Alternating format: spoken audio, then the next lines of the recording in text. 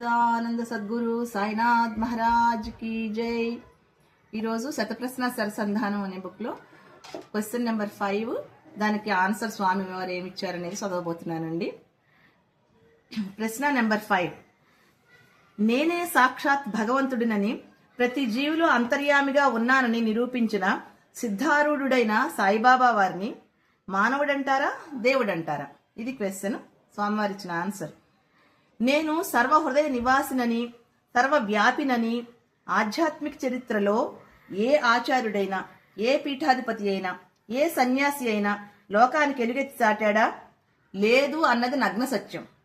అందుకే బాబావారు సాయి సచరిత్రలో స్వయంగా ఇలా అన్నారు: మీరెక్కడున్నా, ఏమి చేస్తున్నా నాకన్నీ తెలుస్తాయి.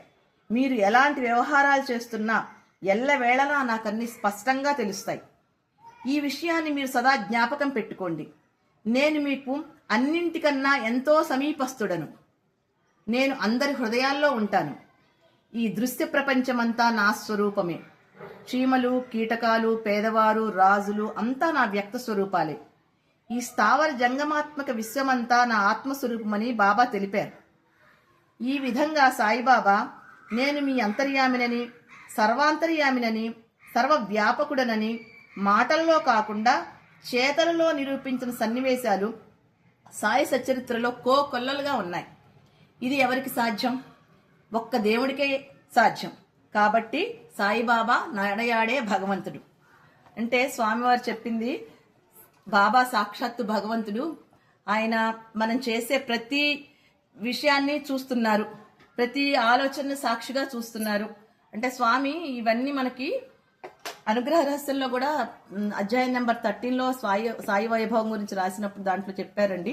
ఈ బుక్ చదువుతుంటే నాకు అనిపించింది, అంటే స్వామి మనకి చెప్పని జ్ఞానం లేదు అసలు. అన్ని విషయాల గురించి చెప్పారు. కానీ ఓవర్ ఆఫ్ పీరియడ్ ఆఫ్ టైంలో ఏమవుతుందంటే మనం కొన్ని మర్చిపోతూ ఉంటాం. మన దైనందిక కార్యక్రమాల్లో హడావుడి మూలాన,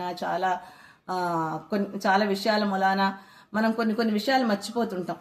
ఇది ఎప్పుడో చెప్పారు మనకి స్వామి.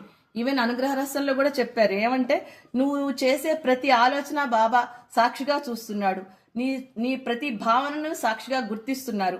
నువ్వు చేసే ప్రతి కర్మను సాక్షిగా గమనిస్తున్నారు అని ఎంత బాగా చెప్పారంటే, శ్రీ సాయి నీ హృదయంలో ఆత్మస్వరూపంగా ఉండి నీ కర్మలన్నీ చూస్తున్నారు. నువ్వు చేసేది ఇలా అన్నీ చూస్తున్నారు. ఈ విధంగా నీకు ఆ జ్ఞానం బలపడితే నువ్వు తప్పు చేయాలంటే ఎలా చేస్తావు అని ప్రశ్నించారు ఆ బుక్లో కూడా, అనుగ్రహ రహస్యంలో కూడా. ఏ తప్పుడు కర్మలు చేయలేవు, తప్పుడు వ్యవహారాలు చేయలేవు, పొరపాటును కూడా ఏమి చెడు కర్మలు చేయవు, చెడు ఆలోచనలు చేయవు. ఈ సత్యం గనక బలంగా నీ మనసులో నాటి ఉంటే అని.